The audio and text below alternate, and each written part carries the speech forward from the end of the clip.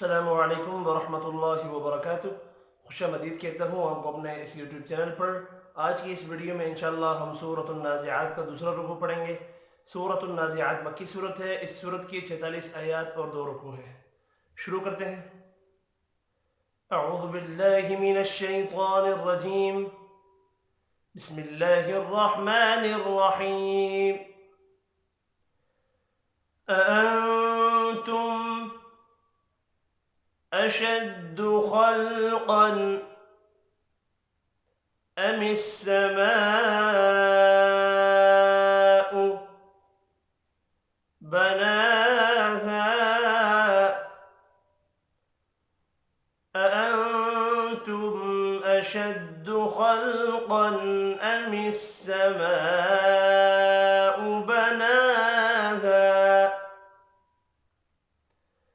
رفع سمكها فسواها رفع سمكها فسواها وأغطش ليلها وأخرج ضحاها وأغطش ليلها وأخرج ضحاها والأرض بعد ذلك دحاها والأرض بعد ذلك دحاها أخرج منها ماءها ومرعاها أخرج منها ماءها ومرعاها والجبال أرساها والجبال أرساها متاعا لكم ولأنعامكم متاعا لكم ولأنعامكم فإذا جاءت الطامة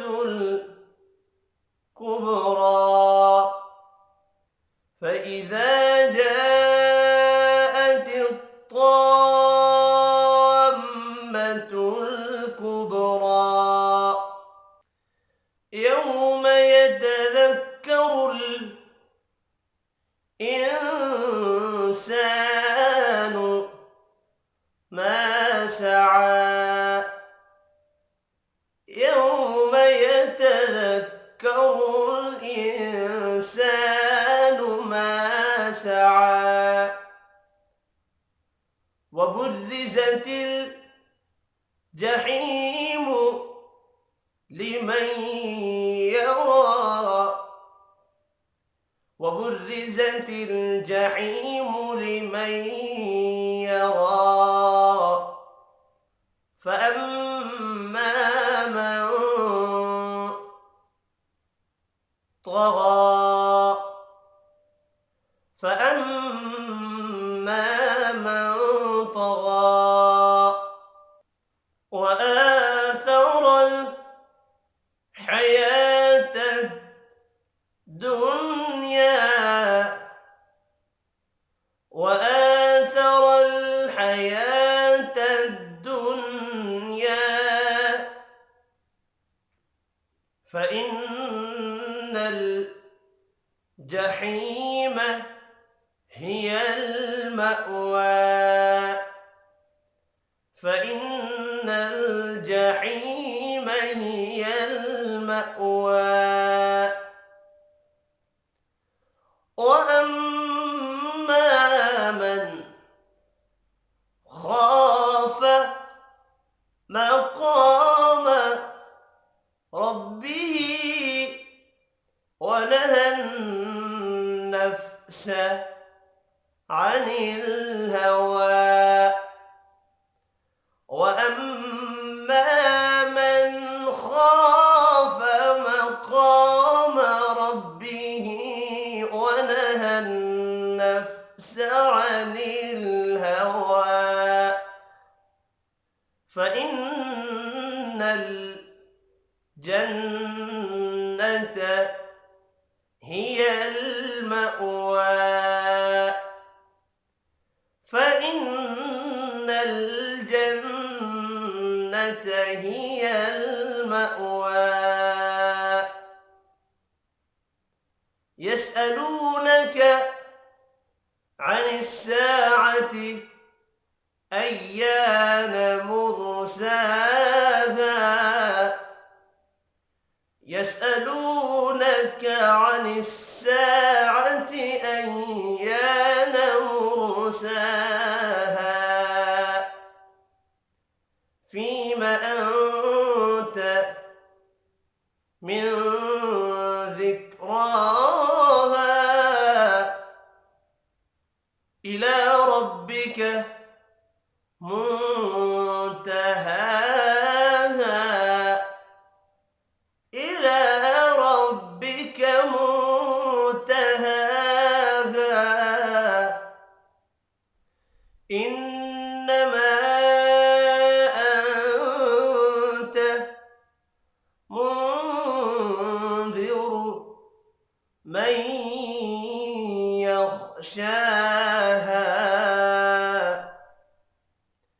إنما أنت منذر من يخشاها كأنهم يوم يرونها لم يلبثوا إلا عشية أو ضحاها كأنهم يوم يرونها لم يلبثوا إلا عشية أو ضحاها अब मैं इस रुकू को एक बार मिलाकर पढ़ता हूँ أعوذ بالله من الشيطان الرجيم أأنتم أشد خلقا أم السماء بناها رفع سمكها فسواها وأغطش ليلها وأخرج ضحاها والأرض بعد ذلك دحاها أخرج منها ماءها ومرعاها